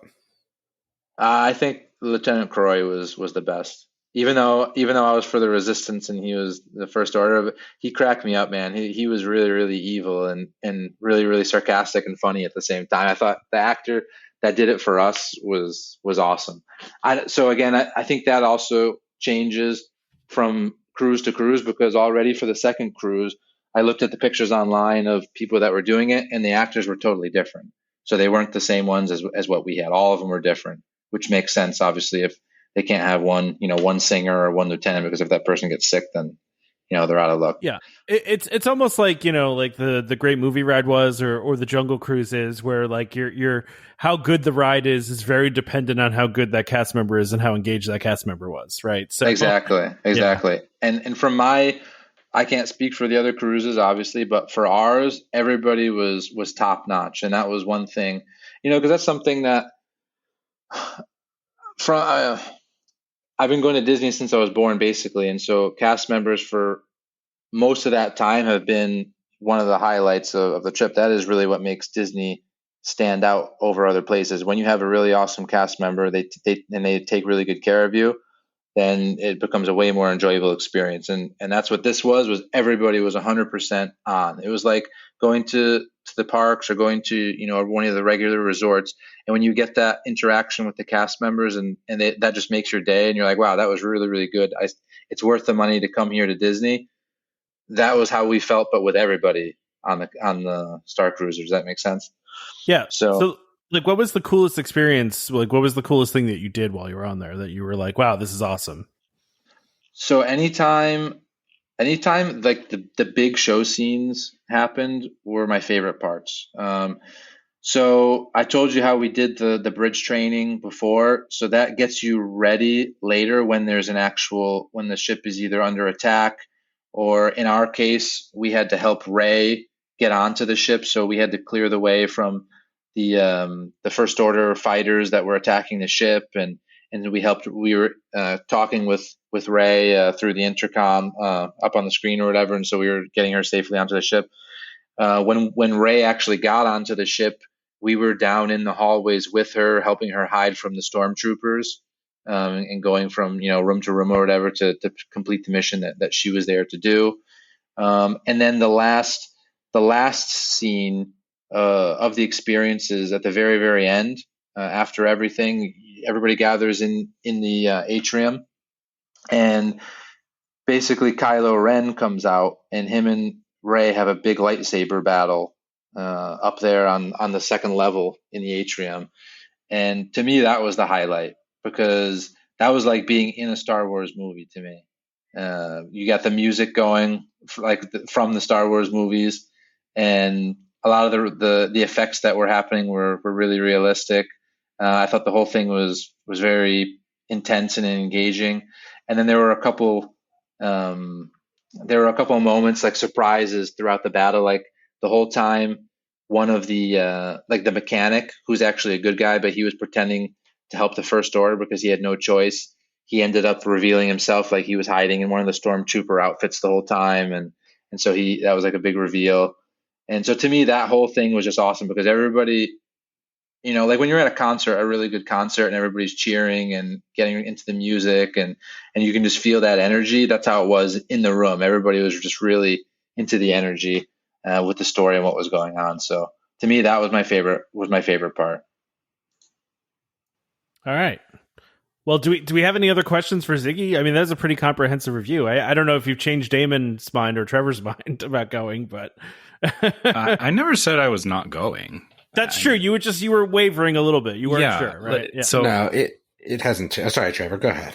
I was just going to say, I mean, Ziggy, everything you're saying, I kind of was getting the feeling that, what the video show does not represent how it is when you're physically there. And I get that. For me, I think, I agree with you. It sounds like something that, I've talked about it with my family, and we'll probably do it maybe next year or sometime later. Just cause like you said, it's a lot of money, and I totally get that, but, I'm glad that it sounds like do you feel that, I know you were kind of, following the news and the coverage around it. Did it ultimately live up to your hype, I guess, or what you felt was the right level of hype for it? To me, it definitely exceeded my expectations, for sure. Okay. So, I mean, the thing is, because I don't know. I mean, Damon, what is your main knock against it? It just looks cheesy, or it's too much money? Okay. Yeah. So it hasn't changed my mind at all. Like I said, I think the only thing that's going to help me is they make mandatory costumes. Then it might be a little bit more interesting. But like, you walked around like just in t-shirts, right? Like, to me, that didn't, I don't know. But you had an interesting, because yours was the first one. So did more people dress up because it was the first one? Did they dress up every single day? Like, yeah, I can't speak for the other ones, obviously, after how much they're dressed up. On mine, it was like 80% or more were dressed up. So the vast majority were dressed up, which really, I thought, the few people like myself, I don't think could really pull you out of the immersion of the story. It was pretty, the vast majority were. And I wish that was just something that was mandatory. I think that would make me feel better. I still am not on board with the lightsaber stuff. I just think there was a missed opportunity. As I was telling Trevor and Tom, I feel like, some sort of VR with like the glasses, the blaster shield things over your eyes like they did in the movies would have been way better. I'm not sold on that. Like, I get that it's probably better than it looks, but I'm just not sold on the mission-y stuff. Like, there was nothing that like seemed like it was super cool, even escape roomy level. It felt more like, because I was watching some videos of people just kind of, doing puzzles where they're pushing pipes. Like, I don't know, man. Like, I just feel like it was a missed opportunity for a lot of the stuff. That's all. Yeah, I'm not gonna say that it's the perfect experience, because I agree with you. Some of the stuff, like what you're describing with the lightsabers, it could be cooler than what it was. But it definitely was way better than what I ever thought Yeah. it was going to be. Mhm. My whole thing, which I haven't written up my full review on it, but what I will say, because the biggest question that people want to know is, is it worth it? Is it worth the money? And first of all, like I said, it's something that you're going to do probably just once in your life. So it's not something that you can keep doing over and over again. But that's okay. It's a one-time experience that's really, really awesome. And also you can't really look at it from of course you can go to the Grand Floridian for how many nights and pay the same amount of money. Like ours was about $5,000. So I don't know how many nights that would buy you. That would buy you what, about a week maybe, or in hotel rooms. Something like that. So yeah, or you can get, anyway, you can probably get a whole week's vacation at a cheaper resort, for that. But Disney obviously doesn't care about. The thing that I feel bad about is that a lot of people aren't able to do it financially, which does really stink, because I know there's a lot of way bigger Star Wars fans than myself out there that would probably love to do it. They just can't afford it. And I feel really bad about that. But unfortunately, Disney doesn't care about that. They're just worried about the few people that can do it and making a cool experience for them. I feel a lot of the people that have given it hate are just the people that haven't actually been on it. Like all of the people that I was on the actual ship with, I didn't see one person that was negative and not having a good time. And I saw a lot of other bloggers and vloggers and different people in the Disney community, like myself and like you guys that put out content. And some of them are known to be pretty negative people about Disney, and even they were having a good time and enjoying the experience. So it kind of doesn't annoy me, but it does kind of annoy me when people are just like, oh, it's not worth the money, or it's not fun and stuff. Well, you got to try it in order to see if you actually don't like it. And everybody that I talked to that was on there, they said, I asked them, would you go again? They said, absolutely, I would love to do this again. It was so much fun. So I mean, to me, that right there speaks for itself. So I liked it. I thought it was a great experience. If you can do it, if you can afford it, obviously I wouldn't recommend mortgaging your house to go do it. But if you have the disposable income, and a Mercedes isn't for everybody, or a Porsche. Not everybody can afford those either. I can't afford that, but I know that there are people that can afford those, and so to them it's worth it. To me, it's not worth it to get one. But that's a very good point. I don't want a Mercedes, but I do want to go on the Starcruiser. So I would just say to everybody, if you really, but again, it's not worth it if you're not a big Star Wars fan, and if you're not willing to put yourself out there and interact with people. I mean, we met a lot of cool people doing the missions together. So a lot of friends that we've even been able to connect with through email and stuff like that after.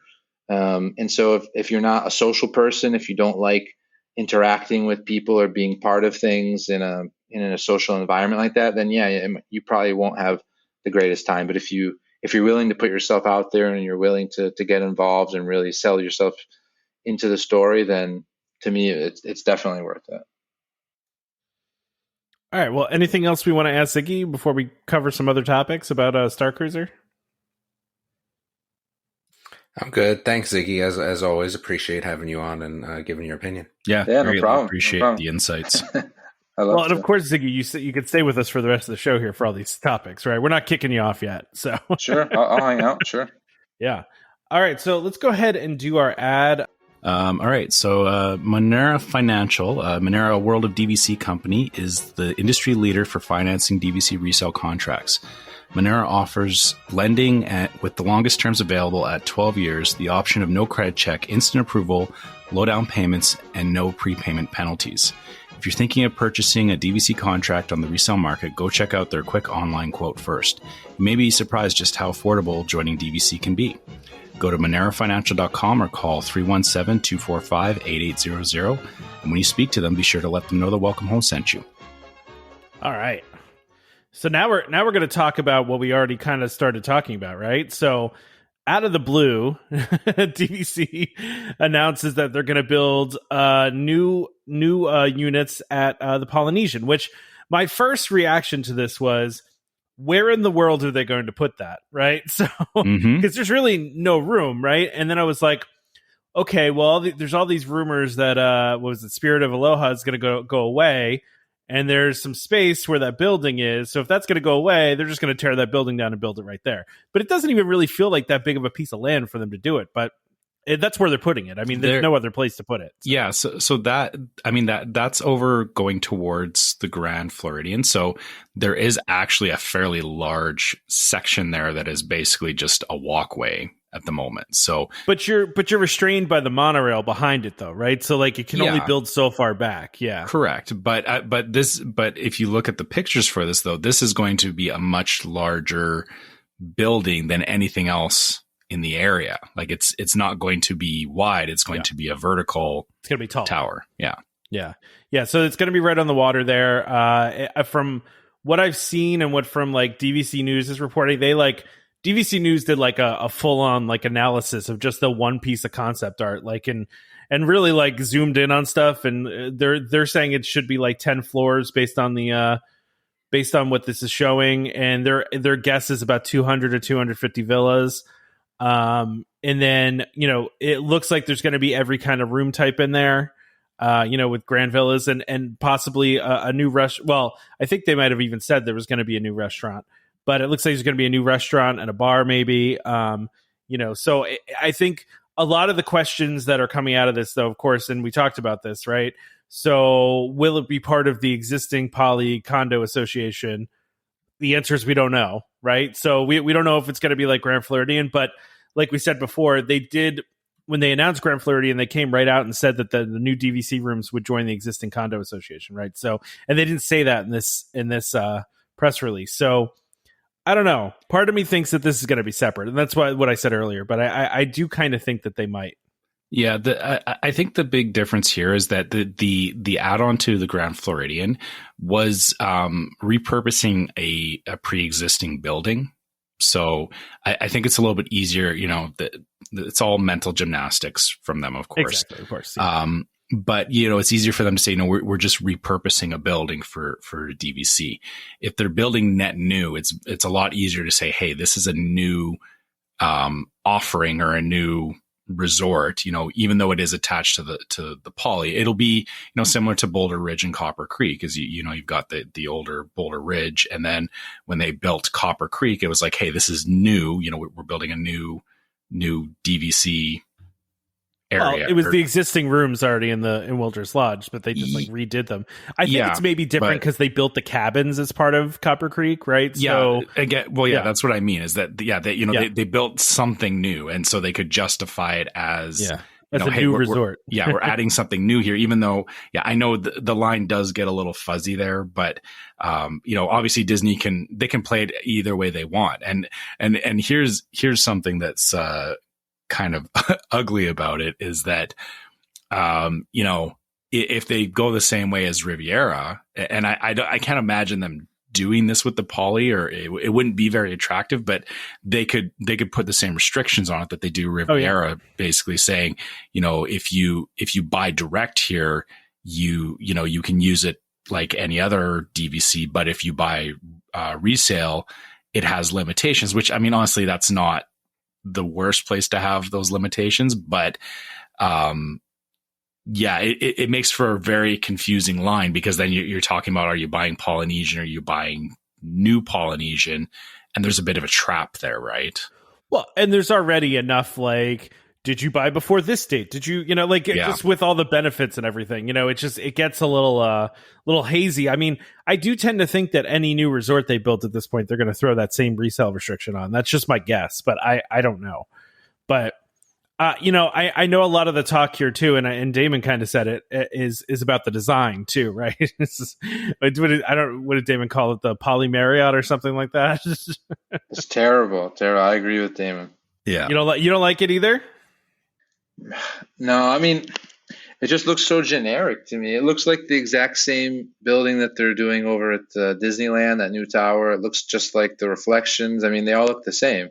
Couldn't they have come up with something a little bit different, something more traditionally Polynesian? I mean, why why not? It's just the cost. It's just that it's going to cost more to do that. And they've already had plans built up for buildings that look just like this. So hey, let's throw that in there. I mean, that's my opinion. I feel I know what you're talking about, Ziggy, and I've definitely I've seen this where Disney, you know, they definitely like to repurpose stuff, right? You know, and especially if they're planning to build something in Disneyland and Disney World, so you know they're not going to waste resources on, you know, building two unique things, right? They'll try and repurpose, you know, design and all that kind of stuff.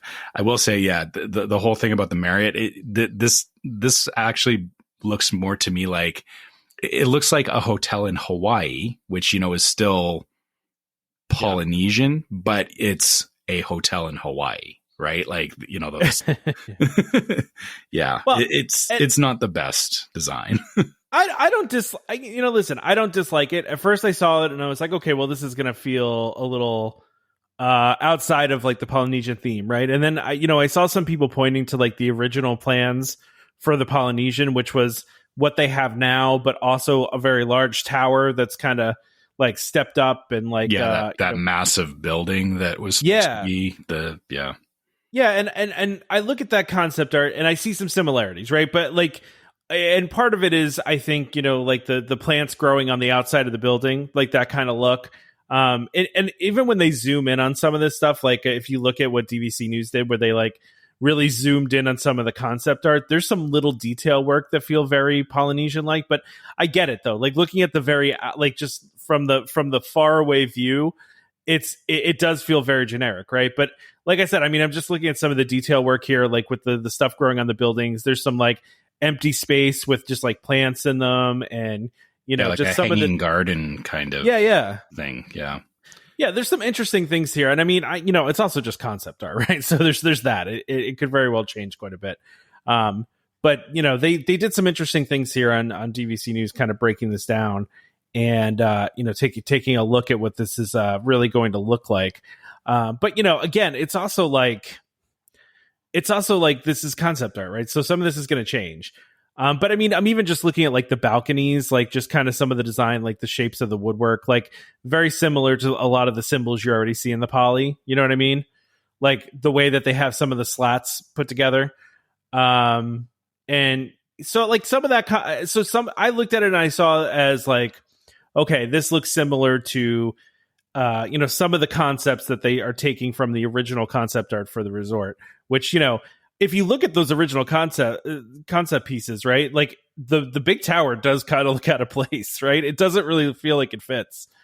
And that is what they were at initially, like if you look at the initial like pitch book for like Disney World, they were advertising that as a Hawaiian resort, right? Like as a resort you would see in Hawaii, right? So to your point, Trevor, like what you were saying, looks like a resort you would see in Hawaii. So yeah, I mean, my other question though too, this is going to sit really close to the monorail line. Like, there's no way they build another like a dedicated monorail station for this, right? Because the Poly one is so close. I can't imagine they would build another one. Yeah, it doesn't make sense for if they were going to put a stop in between there. It makes the monorail way more inefficient than what it is. I agree. Yeah, you basically would have like 3 stops all back to back. The other thing too, like I know you're talking about, you know, the original design and everything. The thing though that gets me about this is that it will dwarf the Polynesian as it stands right now. This thing is going to dwarf it. Like it'll be almost a mirror to the Contemporary. Yeah. If you think about it, because like the Contemporary is a large building.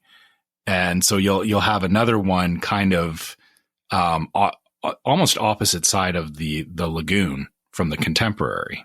Yeah.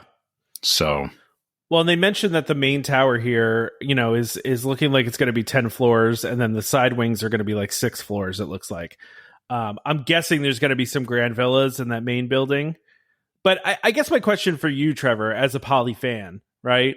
Like, are you excited about this? Because you can get some other room types and potentially, if it's within the same condo association, you know, you'll have 11-month booking at these, you know, it depending if they do that. If they don't do the same one, then, you know. So Okay, so let's split those up. First of all, am I excited for this? Yes, I am. I'm excited to see them adding more to this. Not so much for me though, because like I said earlier, I don't need 1-bedroom or 2-bedroom resorts. Sorry, excuse me. But I'm glad that they're giving more options because the poly hasn't had a lot of options, and I think giving people more opportunities to get what they want there is a great thing. Even though it doesn't affect me directly. If they choose to add this onto the poly, that's a great bonus. I may look at booking a room in one of these, in one of those rooms just to see how it is. I was going to ask if you had your choice, would you rather go the original poly or go to the new one? I mean, we don't know what the rooms are going to look like, right? So we don't really know a lot yet. I would still stay in Moorea in the poly. Okay, fair enough. That is, I like the location of Moorea, and this is not going to convince me to stop staying there because fair enough. I like being right next to the TTC and all of that with the existing poly resorts. So, like I said, my personal situation, it doesn't change a lot for me other than, I'll be curious to see what it's about. Even if I have to, if I don't get the 11-month window, and I have to book it at 7 months, no big deal to me. It's more options is better though. It just makes it makes it better for everybody. Right. So I'm all for that. Well, yeah, because it could pull some people away from just the studios that you usually stay at in Moorea, right? So it gives more options. Like that's what it comes down to. So yeah, I don't mind the design. I know, I saw somebody on Facebook call it a monstrosity, which made me laugh. But I think it's fine. I mean, it's there's no hotel you can build that won't be. It won't. It's just going to stand out. That's how it is. You can't say, it looks like a monstrosity. Well, really, if you look at any large building in the middle of a field, it looks like a monstrosity. So, okay. I think they were just taking umbrage with the design, right? Yeah, it's, but the design is not, again, concept art and everything. I'll reserve my judgment for when this is actually being built and when I actually get to see it. Then I'll comment on it. But like I said, we already have, the Contemporary is right across the lagoon, and it's another large building and doesn't, thematically doesn't look anything like the poly. It's not supposed to. But you've already got different building designs and everything there anyway. Once it's built, I think, people, just like everything else, Bay Lake Tower wasn't there, for years, and it got built, and you just get used to it being there, right? So yeah, I would agree with that. I'm also interested to see what kind of new restaurants they bring to this, and maybe a new bar or something like that. There seems like there's some plans for that, and then the pool that they have with this looks very cool. It looks like it's like a 2-level pool with a waterfall. Yeah, it's got that infinity edge on it. It looks like but usually there's a pool beneath the pool. There's two pools. It's kind of cool. Yeah, the infinity edge drops off into a lower pool. It looks like, which is kind of cool. Yeah.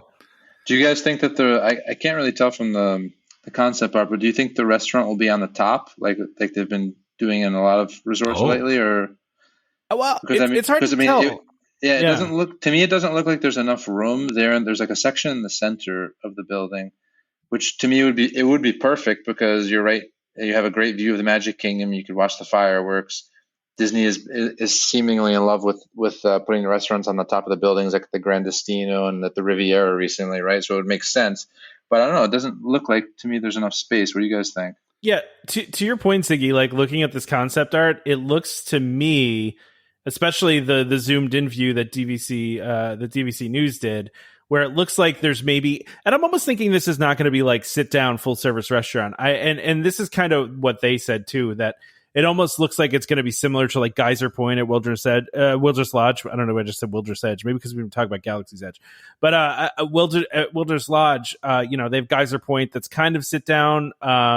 It's almost like it's not like a fancy restaurant, right? And it's open air, and like so this, it looks like they have at least a sit down restaurant with a bar in the middle that's open air, that where people can just kind of like look out into the water. But you're right, Ziggy. I don't see anything on the roof that's like a rooftop viewing area. This looks more like the two places. One is a little bit like on the second floor maybe, and then one is like on the first floor, and they're in different places. So, but at least with a view out to the water, at least, I mean, because you could still get a firework view from the first floor, it looks like, because it's facing out towards the water, right? Because I mean, really, you can get a fireworks view from Ohana if you have the right seat, right? So, yeah, exactly. Yeah, I didn't notice that on especially the second level in the concept art and the one that's blown up in the link that you have there. Yeah, it does look like there's people sitting there. It could be.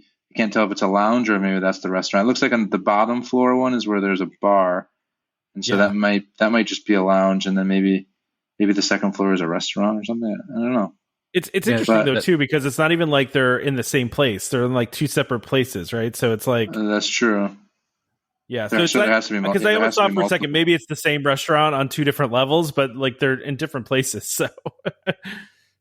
Yeah, I mean, yeah, that you bring up a good point there. When I was originally looking at this, that area in the center, I was thinking that would be like two bedroom villas or something like that. But yeah, I didn't consider the fact that they could do like almost another top of the world lounge type situation. And again, because of where this resort is sitting, there's not really anything between it and, or actually, well, there is the island between. Yeah, but you'll still get a good view though. But yeah, you'll still I mean, honestly, no, like anywhere along the beach at the Poly, you have a view of the fireworks. Like you said, even from the main floor, you can still see fireworks pretty easily. And I'm sure they would pipe in music and all that kind of stuff like they do everywhere else. I do tend to think that that main building, that upper level, is going to be Grand Villas. Like it just seems like they're going to have Grand Villas right there, which that'll be a heck of a view for a Grand Villa, right? Like, that would be a great place to stay for sure. Yeah. There's a bunch like even to the left and the right of that center column. Like it looks like there's going to be lots of that, but then, I have to wonder if it's, you might be right, Z. They might just decide to do like another rooftop restaurant of some sort, or even just a lounge. Maybe it's just another DVC lounge that we'll be able to utilize. Well, the one we have now isn't even open. Go ahead, Ziggy. Sorry. Yeah, no, that would be. I mean, that's just I always go right to the food, so I mean, to me, that's like what I would do with it. But it could be just villas. I don't know, but that would be a heck of a place to watch the fireworks show. That's what I was thinking. For sure, yeah, for sure. Well, and you can already like see in this concept art like the views that you're going to be paying for, right? Like that side building is going to be like a pool view. There's going to be a lot of theme park views. There's definitely going to be some monorail parking lot kind of views. Like you can see how they're going to be set up already. Yeah. And again, back to what I was saying about myself is that, I haven't ever struggled getting a lake view from like the standard Poly, but if there's so many of these that do have that lake view, that takes away from people fighting for lake view in the regular Poly buildings, right? Like it's, Absolutely. Again, it benefits everybody, it's just more available to more people. Exactly. And we were talking about this before about like, why are they doing expansions instead of building new resorts? And one of the answers is money. But I mean, in this announcement, they also just like the guy that runs DVC is like, it's no secret that our members and guests love monorail resorts. Like, and that to me is just, they're telling you right there, we need more capacity at the monorail resorts because that's where people want to stay. Right. So, and when they were going to build Reflections not going to be a monorail resort because it's not on the monorail. So that's part of why they're expanding Grand Floridian. That's and plus they could charge a premium for that too, right? Because everybody wants to stay really close to Magic Kingdom, and they could charge more for it being on the monorail. So I mean, I think it's money, but it's also they know they have huge demand for the monorail resorts, and they know they can charge a premium there, so that's what they're going to do. So right, yeah. Anything? I know we have a couple more topics here, but is there anything else we want to talk about this? I think I'm good. Yeah, I think I'm good. I'm gonna have to take off, guys. I hate to do it to you, but Yeah, no, No, I gotta it's absolutely, run. okay. Ziggy. Yeah. So, No. thanks for having me on. It was nice talking to you guys again. Hopefully you guys enjoyed the experience. I was able to convey it to you as much as possible, and I I hope really appreciate it, Ziggy. Like I said, we're still looking at it. With me and my son are probably going to go, but yeah, I greatly appreciate you sharing with us here on what you did. no problem. Thank Okay. you to Ziggy for coming. So we didn't plug his website before he left, though. So it's ZiggyKnowsDisney.com. So go check that out Yeah, if absolutely. you want more Ziggy. So Great information on there. absolutely. So I think Damon left, but Damon was actually, I think you missed this. Damon was outraged about Aristocrapes closing at Oh no, I heard that. Yeah, he you did? liked Okay. Aristocrapes and outraged. so yeah, and then so we've lost that, and now we have swirls on the water. Yeah, but it's a Dole Whip. It's a Dole Whip stand. That's all it is. Of course. Yeah. So I don't think that's a bad thing if you're into Dole Whips, right? A Dole Whip flight. That sounds very interesting. I'm interested. I'm interested in these habanero lime nachos. That sounds interesting to me. So that totally makes sense. And you're going, What, that I would be interested in that? Well, no, like it sounds good. I know you say Dole Whip and nachos. Why would you do that? But well, it's waffle cone chips or the nacho chips, though, right? So it's waffle cone chips with Dole Whip, lime, and habanero soft serve, mango, boba, pearls, spice. I don't know. It does just say spice. I don't know what that means. Raspberry sauce and whipped cream. That just sounds cool, right? I'm guessing it's the Taijin spice that, like, again, this is one of those things that you don't, if you've gone to Disneyland or if you happen to have access to Taijin, which you can buy at a lot of grocery stores, it's like it's a spice. It has lime in it. So it's like salty, spicy, and lime. And when you put it on a Dole Whip, it makes it taste better. All right. So I can see where them, trying stuff like this, like putting the habanero with the pineapple and everything. Like, it sounds weird on paper, but it actually would probably work really well. Yeah, and so they have Dole Whip flights here. They also have a 50th celebration cone, which is Dole Whip lemon and cookie dough soft serve. That sounds weird, but I want it. Like, I want to try it. You know what I mean? It sounds odd to mix lemon and cookie dough, but I kind of want it. Yeah. I've never had that flavor before. I've never even heard of that flavor existing. Is that a new one? I don't know. I've never heard of that one. Lemon. Yeah. I mean, like, you never had like lemon cookies before? Yeah, but like, I just don't associate lemon with cookie dough. I like a good lemon cookie. I like a good lemon cookie. I just don't associate those two things. So, and I know the habanero lime has been around for a little while now. Like, so, but again, I don't really like spicy, so I don't know how spicy it actually is. But obviously, the lime is kind of counteracts that. But I mean, I don't know how much. But I would definitely go and at least check out the lemon and blue cookie dough for sure. Yeah. I mean, in terms of maybe I'm not the best one to tell you it's not spicy, because I do eat a lot of spice. Like, I'm all in on buffalo and stuff like that. Yeah. So to me, it doesn't, like, anytime I've had anything spicy with a Dole Whip, it's not that spicy. But yeah, I mean, I can't imagine it would be that spicy. Yeah. They do have floats here though too. So they have the regular Dole Whip float, but they have alcoholic floats too. So there's one with rum. There's one with sangria. So if you're into that kind of thing, can we move the meat up here? just go here. Yeah. just go here. I like it. Yeah. I mean, we can. We're going to be at Disney Springs. Might as well just make a stop over there. Yeah. Right. I'm down to try it for sure. Yeah. I'll get some nachos. I just thought to myself, because we're still trying to figure out the meetup space, right? Mm-hmm. And I was looking at Paddlefish again, which Damon wants to go bougie, so he really wants to go to Paddlefish. But I also looked at the menu and I'm like, there is nothing at Paddlefish I want to eat, like not a thing, because I don't do seafood, right? So like, but then I was looking at Splitsville, and Splitsville's like chicken fingers and pizza. I'm like, that sounds good to me. Like, let's do that. Okay, so I will leave that up to you, because I am Sorry, I am the least picky of the three of us.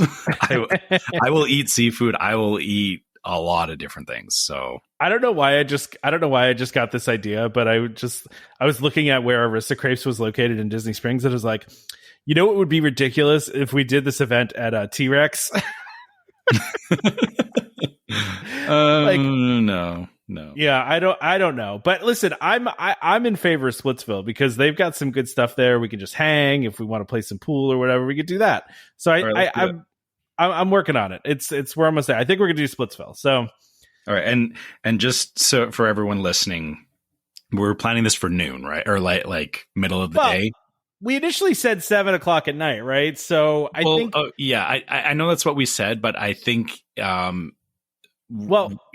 have to change that because 7:00 at night, like as we found out, it's a lot harder to get what we want. To get what we want. Yeah, and I think middle of the day would work better. And again, just for the sake of people planning, I think we should solidify on, let's do this in the middle of the day. I was thinking maybe like 2:00, like maybe early afternoon, like 1. Yeah, exactly. So, and then it gives people time to get there, but then also, we have time afterwards to go and do other things, depending. So is what you're saying. Yeah, there's that. Yeah, exactly. Maybe.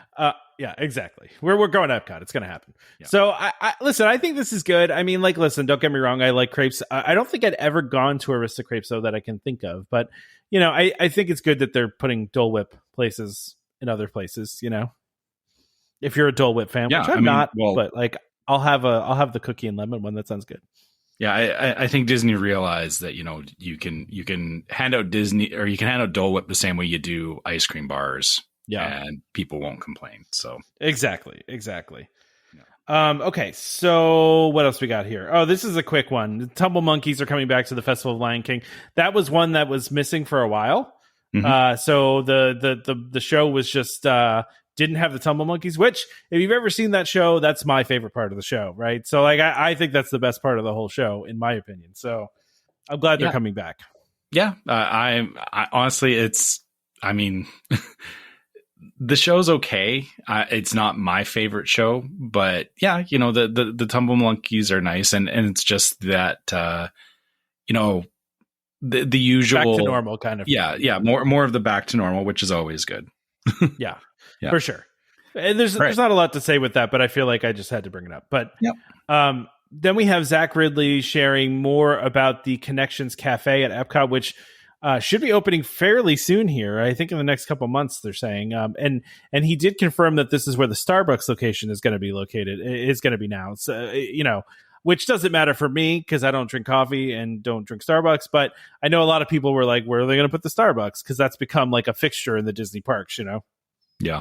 And that's fine that they're putting it there because it means that it won't it won't smell like the old electric umbrella, at least because I know Connections it's a new restaurant or a new offering. It's going to be different.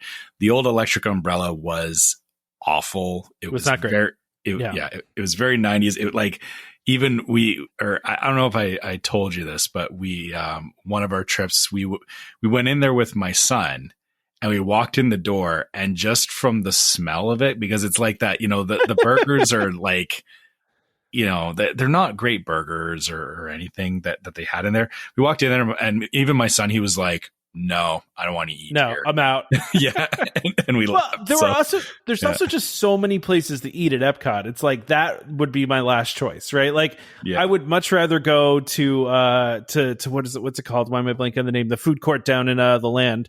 Sunshine Seasons. Sunshine Seasons, yeah. Yeah, I'd rather go there or go to any country in Epcot.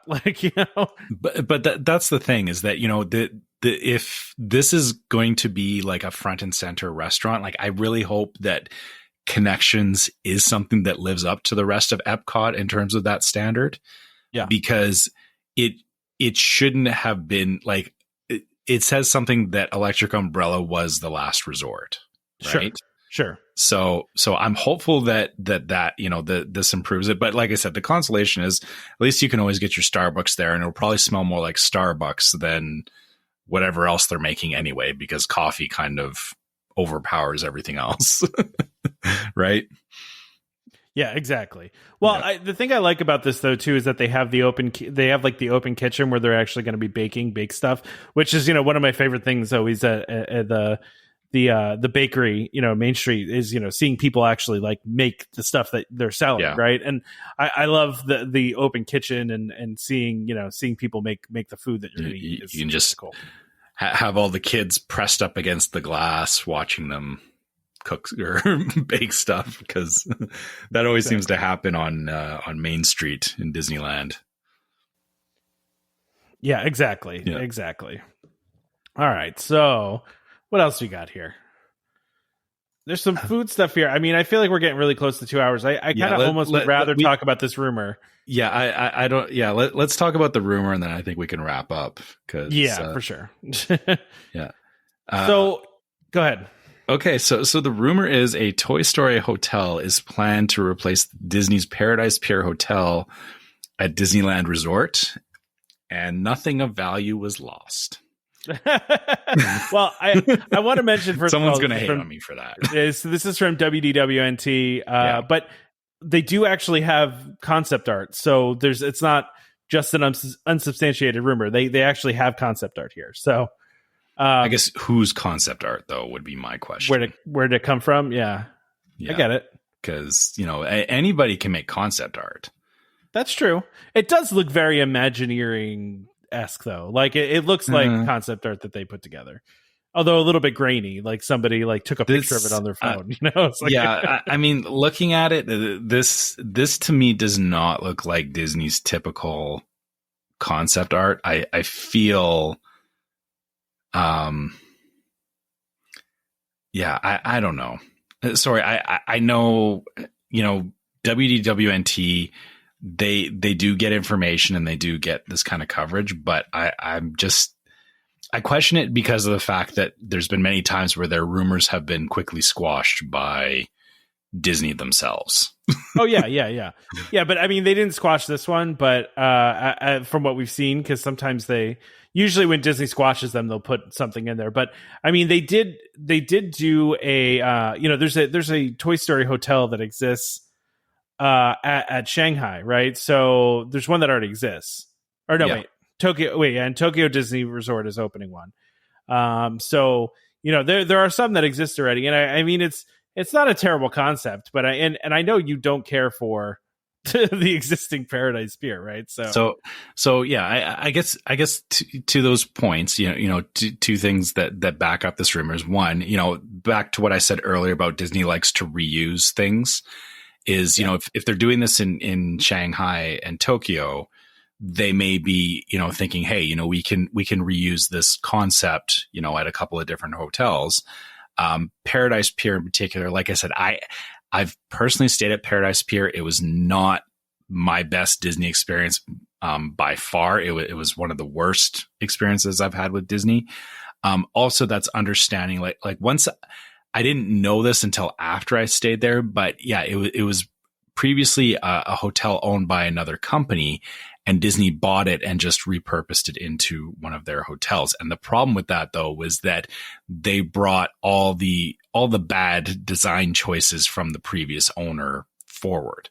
So I understand why Disney would want to potentially rip this down at this point, because it is like the hotel itself, it like when I was there, it looked extremely dated. It was still very 90s looking. You could see that it didn't matter how much paint or anything they did with it. It was just, it was a very dated hotel.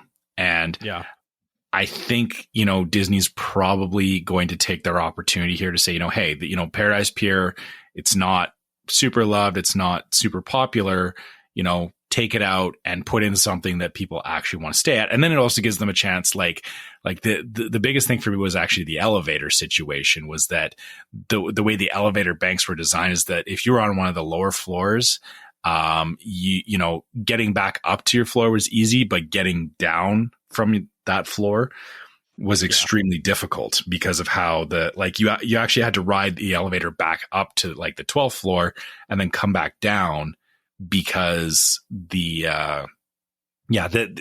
wasn't very well thought out. And like I said, that's where it was the previous owner's design decisions I could see, and Disney was just dealing with it. So, yeah, all those things are reasons I can see why this rumor does have some weight behind it. Yeah, I mean, it is a whole interesting thing, and they also were talking too about how the use of the Paradise Pier Hotel is interesting, considering those plans that they released a little while ago, that Disneyland Forward thing does include a Toy Story Land that's located in a close proximity to the Paradise Pier Hotel. So it'd be interesting if they were done together. But yeah, and that could be it. Is it if it's part of a larger plan, they're just acting that out. The one thing though that or I guess looking at this concept art a little closer, the design of it actually still looks very similar to the existing Paradise Pier Hotel. So okay. I again, just knowing what the lobby looks like there's the picture of Buzz and Woody with the characters on the gliders above them. That's actually it looks like the main lobby of the existing Paradise Pier Hotel. Cause the elevator's in the same place, the skylight's in the same place, and the hallway going down towards, what was it called? Surf's Up, the character, meal there. Or that was there. I guess it's closed down now, but it all looks, it looks like somebody took the existing design of the hotel and just did like a mock-up of a Toy Story version of it. Threw some Toy Story stuff in there. Yeah. So that, I guess that's taking a, But here's the question. Would you prefer this, even though this is like, honestly, looking at this, it feels like a value resort, and maybe I'm just, I don't know, but would you prefer this to what they have now, even if it doesn't look as I mean, again, this, like I said, the problem is if they just threw this stuff into the existing hotel, it'll make it look, sorry, Paradise Pier, in my eyes, was a value resort at the Disneyland Hotel. Okay, anyway. so there you go. So yeah, it'll add to the theming. It'll do that for them, but it doesn't change any of the fundamental problems that I saw with the hotel. Which, if Disney's not going to take the opportunity to rebuild it or fix things, I mean, I would hope that they would maybe look at the elevator situation or something as part of that, or because sorry, the other problem with the elevators is that there wasn't any usable stairs you could go down either as option B, because the only other stairs that were available were it was the fire escape stairs, which you actually they were on the outside of the building, and if you went out the door, you would set off they were alarmed doors. So again, not very well thought out. If they just leave it the way that it is and just add this Toy Story stuff, it's not a great well, again, it'll draw people in and all that, but it's just okay. The term is you're putting lipstick on a pig. Yeah, right. Yeah. It's that's all they're doing in my eyes. So you just want them to tear it down and start over, basically, or at the very least, do some major renovations to fix some of the problems with it, some of the issues. Yeah. All right. Yeah. Well, we've almost gone for 2 hours here. Let's go. Let's wrap this up. Unless you have any other thoughts on this. No. I think we're good. I think we covered a lot of ground today. So for sure. All right. Go ahead and get us wrapped up.